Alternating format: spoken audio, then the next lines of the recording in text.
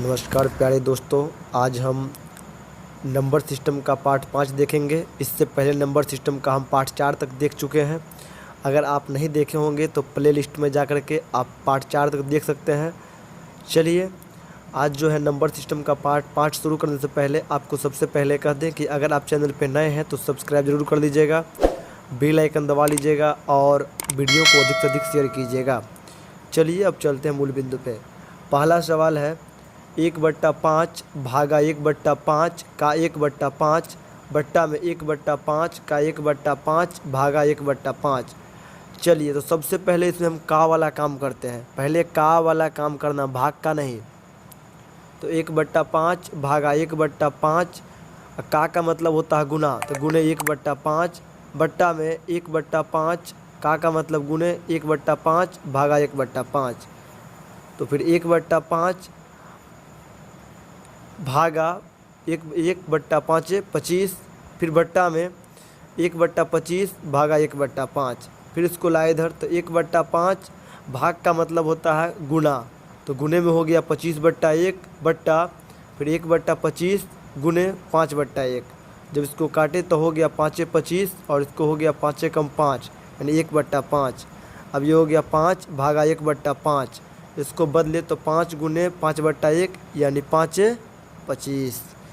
चलिए अब देखते हैं दूसरा सवाल।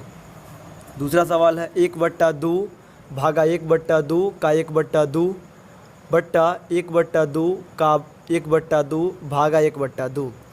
तो इसका हो जाएगा 1/2 भागा 1/2 और पहले हम बोल दें कि पहले का वाला काम करना है, तो गुने 1/2, फिर बट्टा में 1/2 गुने 1/2 भागा 1/2। अब फिर हो जाएगा 1/2 भागा 1/2 दूना 4 यानी 1/4 भाग बट्टा 1/4 भागा 1/2। फिर हो गया 1/2 और गुने को जब बदली करेंगे तो हो जाएगा गुने 4/1, फिर बट्टा में 1/4 गुने 2/1। जब काटेंगे तो हो जाएगा 2 दूना 4 यानी 2/1 और बट्टा में 1/2। अब ये हो गया 2/1 भागा 1/2, तो भाग को बदलेंगे गुना में तो हो जाएगा 2/1 गुने 2/1 यानी 2 दूनी 4। चलिए, अभी तक आपको दो में दो सवाल समझ में आ गया होगा। तीसरा सवाल देखते हैं। तीसरा सवाल बहुत ही आसान सवाल है। तीसरा सवाल है 64 का स्क्वायर माइनस 36 का स्क्वायर बराबर 20z, तो z का मान होगा। तो सबसे पहले हमें देखना है कि ये किसके आधार पर है। तो 64 का स्क्वायर माइनस 36 का स्क्वायर, तो इसका मतलब हुआ ए स्क्वायर माइनस बी स्क्वायर। तो ए स्क्वायर माइनस बी स्क्वायर का फॉर्मूला होता है ए प्लस बी इंटू ए माइनस बी।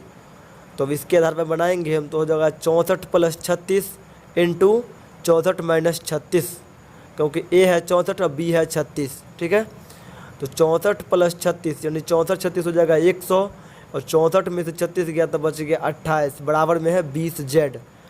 तो z बराबर हो गया 100 गुने 28 और बट्टा में 20। जब इसको काटेंगे तो हो जाएगा 20 पंचे 100, 5 मरतबे कट जाएगा, तो यानी हो जाएगा z बराबर हो जाएगा 5 गुने 28, z बराबर 28 गुने 5 या 5 गुने 28 बराबर हुआ। तो z बराबर हो गया 28 पंचे 140 यानी z बराबर हो गया 140। चलिए, अभी तक आपको तीनों का तीनों सवाल समझ में आया होगा और इसमें जो है हम एक के आधार पर एक दिए हैं। अगर तीसरा सवाल आपको समझ में आ गया होगा तो चौथा खुद ब खुद बन जाएगा। चौथा सवाल है 20 का स्क्वायर माइनस 16 का स्क्वायर बराबर 4x, तो x का मान निकाले। ये भी वही सेम आधार पे है, ए स्क्वायर माइनस बी स्क्वायर। तो ये सूत्र याद रखिएगा। तो ए स्क्वायर माइनस बी स्क्वायर का फॉर्मूला होता है ए प्लस बी इंटू ए माइनस बी, यानी 20 + 16 इंटू 20 माइनस 16 बराबर में है 4x। तो 20 16 कितना हो गया 36 गुने 20 में से 16 गया तो 4 बराबर है 4x। तो x बराबर हो गया 36 गुने 4 और बट्टा में 4 यानी 4 नमा 36। तो x बराबर हो जाएगा 9 गुने 4 यानी x बराबर 9 चौक 36।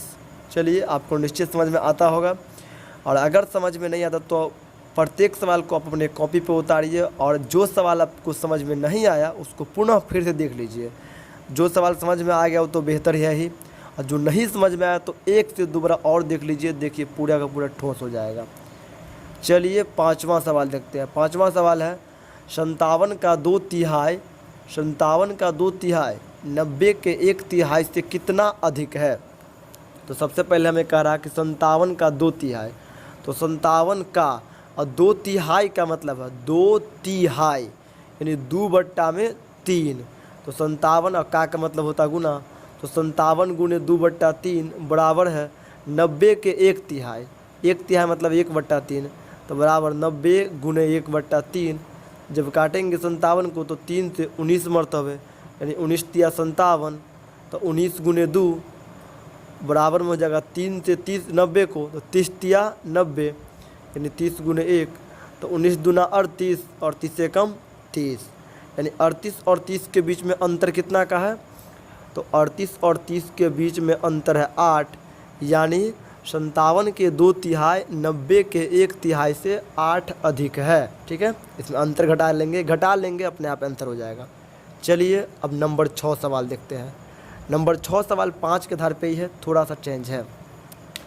80 का 1/4 110 के 1/5वां भाग से कितना कम है। यानी 80 का 1/4 110 के 1/5वां भाग से कितना कम है। ठीक है, तो 80 का 1/4 का मतलब होगा 1/4, यानी 80 का मतलब गुना, तो 80 गुने 1/4 बराबर 110 के 1/5वां भाग यानी 1/5 यानी 110 गुने 1/5।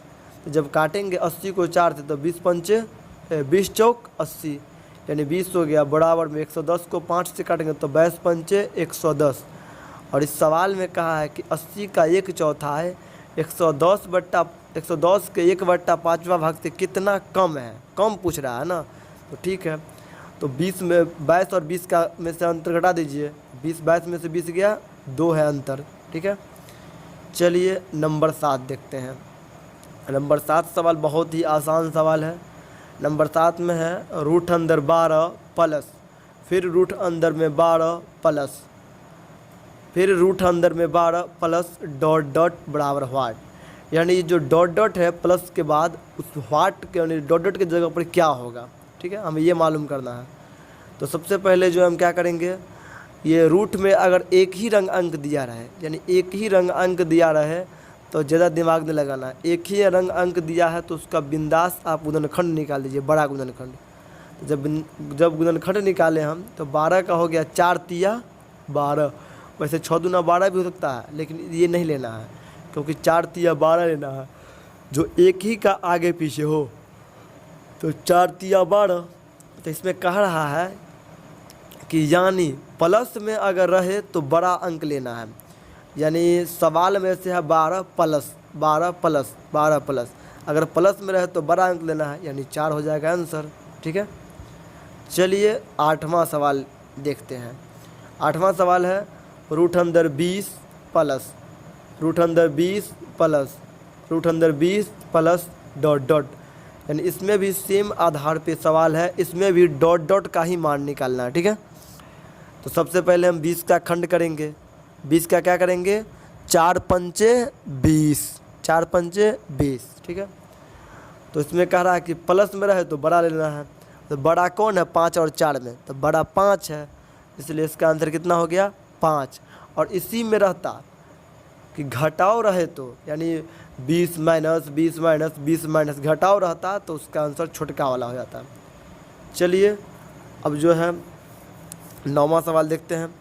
यानी अभी तक में हम जितना भी सवाल बताए होंगे आपको निश्चित समझ में आया होगा, क्योंकि आज का सवाल जो है बहुत ही हल्का सवाल है और नंबर सिस्टम आपको पढ़ने में बहुत ही मज़ा आता होगा। आगे भी विश्वास है कि आगे भी मज़ा आएगा।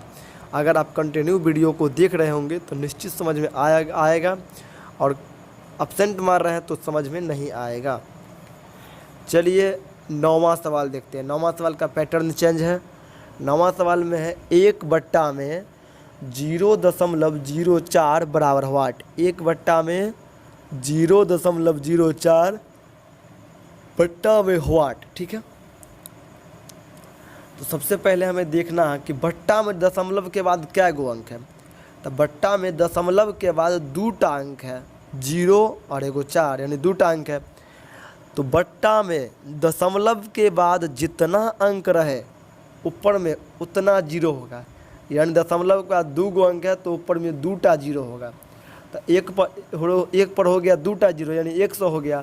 और अब जो है दशमलव से हट जाएगा, जीरो से भी हट जाएगा, तो बच गया सिर्फ 4, यानी 100 बट्टा में 4। तो 100 में 4 से भाग देंगे कितना बचेगा, कितना होगा, तो 25 चौका 100। ठीक है, 25 चौका हो जाएगा 100। चलिए आपको निश्चित समझ में आता होगा। देखते हैं अब आज के वीडियो का लास्ट सवाल। अब जो है हम मात्र वीडियो में मात्र 10 सवाल ही इंक्लूड कर रहे हैं, क्योंकि कुछ विद्यार्थी को 25 सवाल पढ़ने में बहुत ही कठिनाई हो रहा था, अधिक समय हो जाने के कारण, और प्लस में कुछ माइंड से भी कुछ सवाल भाग जाता था। और 10 सवाल रहेगा तो आपको कोई तकलीफ़ नहीं होगा, 10 में आपको 9 को तो पक्का ही ठोस ही याद रहेगा। चलिए 10वां सवाल है, 1 बट्टा में 2.5, 1 बट्टा में 2.5। तो सबसे पहले हम देखेंगे कि दशमलव में नीचे में हर में दशमलव के बाद क्या गो अंक है, तो एगो अंक है। नीचे में दशमलव के बाद एगो अंक है, तो यानी 1 पर एगो जीरो यानी 10 हो गया। अब दशमलव हट गया तब हो गया 10 बट्टा में 25। जब इसको काटेंगे तो हो जाएगा 5 से कट जाएगा, 5 दूनी 10 और 5 25। ठीक है, तो 5 दूनी 10 हो गया और 5 25। चलिए आज का वीडियो यहीं समाप्त किया जाता है। आशा है आपको निश्चित समझ में आया होगा, और जब वीडियो देखते हैं तो पूरा देखा कीजिए ताकि आपको पूरा समझ में आवे। वीडियो देखने के बाद कमेंट करना नहीं भूलिएगा, लाइक करना नहीं भूलिएगा, और अपने दोस्तों मित्रों में ज़रूर शेयर कीजिएगा, फेसबुक ग्रुप, व्हाट्सएप ग्रुप। धन्यवाद।